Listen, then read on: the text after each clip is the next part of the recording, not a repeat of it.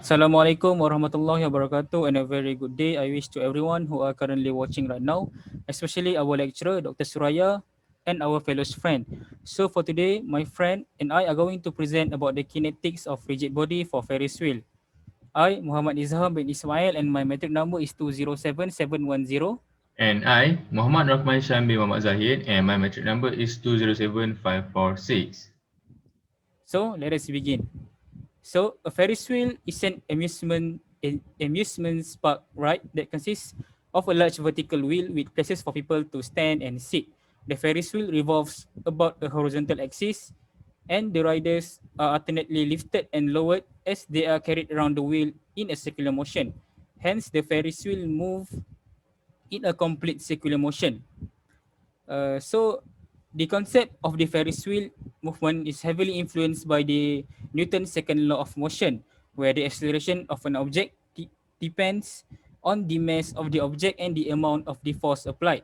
So as you guys can see here, I have simplified the body diagram of the Ferris wheel into four simple points. Let us name those point A, point B, point C, and point D.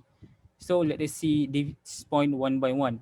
At point A, which is the lowest point, the centripetal acceleration is actually pointing upward toward the center. Hence, these Ferris wheel cart are going move upward. Due to this, the normal force must be larger than the weight. Hence, by solving this equation, we can find the magnitude of the normal force, which is equal to mass times gravity plus the centripetal acceleration. Meanwhile, at point B, which is the highest point, I'm sorry, the centripetal acceleration is actually pointing downwards toward the center because of the cart is actually moving downward. Hence, due to this, the weight is actually larger than the normal force. In order to find the normal force, we must solve this equation, and we get the mass. The normal force is actually the product of mass times the gravitational acceleration minus the centripetal acceleration. So I will pass the presentation to my friend Akmal Hisham. Yeah, thank you, Izham. So I'll be presenting at point D and point C. So at point D, the forces exist in X and Y component. For Y component, the normal the equation is normal force is equal to weight, which is mass times the gravitational acceleration. And for S component, the centripetal acceleration points to the left, which is the center of the Ferris wheel. And equation is force is equal to mass times centripetal acceleration.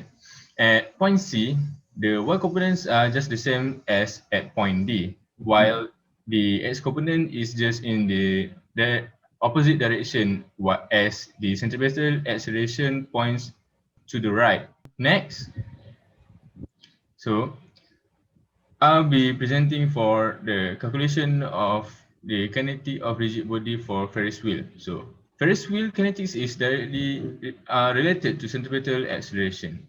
Acceleration is a measure of how fast velocity, which is speed and direction, changes over a certain amount of time. This acceleration results in riders feeling heavier or lighter depending on the position of them on the Ferris wheel, whether they are higher or lower. So the formula of centripetal acceleration is denoted as v squared over r or omega squared times r. Hence, the centripetal force can be calculated as F equal to mass times centripetal acceleration, which is equal to mass times omega squared r. Next, as conclusion, for the calculation of kinetics for Ferris wheel, there are three important equations that we can use to solve for the answers. So the summation of forces and a normal component is equal to mass times the normal acceleration, which is equal to mass times omega squared r. And the summation of forces in tangential component is equal to mass times tangential acceleration, which is also equal to mass times alpha r. And the summation of moment of inertia is equal to I times alpha, where I is the mass moment of inertia and equal to mass times r squared. So that's all for our presentation today. Thank you. Have a nice day. Goodbye.